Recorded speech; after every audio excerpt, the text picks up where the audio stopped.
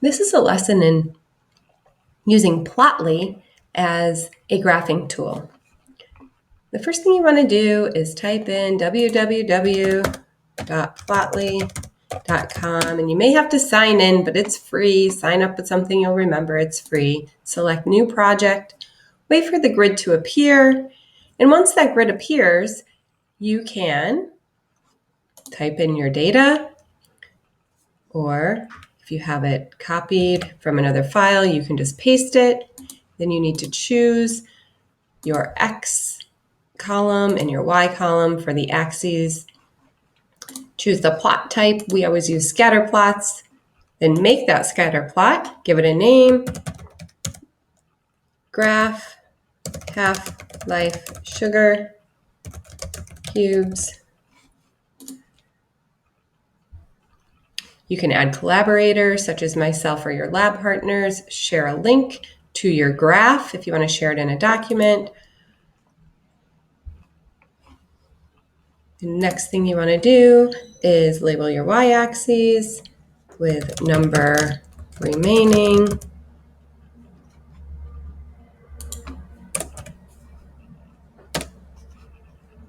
versus time in days. And add a nice title, number remaining versus time in days.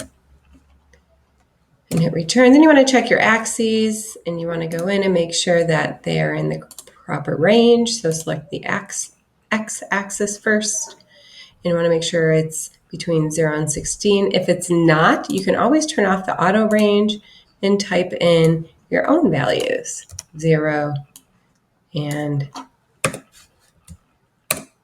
16 days on the x-axis, and you can fix that. And then the y-axis, you can turn off the normal or auto range and type in your own values between 0 and 50, because we'll start with 50 cubes of sugar.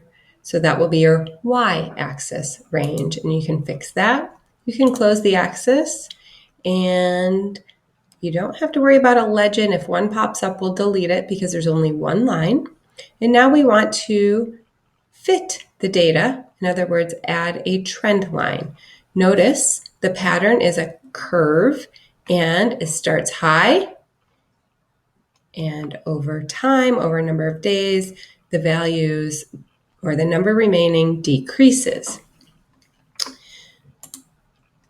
You add fit to this trace, and because it's decreasing, it's an inverse, and this would be the best fit variant for this type of plot. And then you want to run this fit, and we have an R value of about 9, so that's good, and hit OK. Notice that this legend popped up, so you can go right over to Legends, and you can hide it. We don't need a legend because we only have one line on this graph. And once you're done with this, you can download, click on the camera, take a snapshot of your plot, and it downloaded as a PNG. You can go right into your download folder, and you'll get the new plot, or maybe you named it. Open the new plot, and there you have it. And you can always insert this image into the Google Doc very easily. All right, let's go back. This is your lesson in Plotly, an alternative to graphing with graph paper in your lab notebook. You may find it easier, more convenient.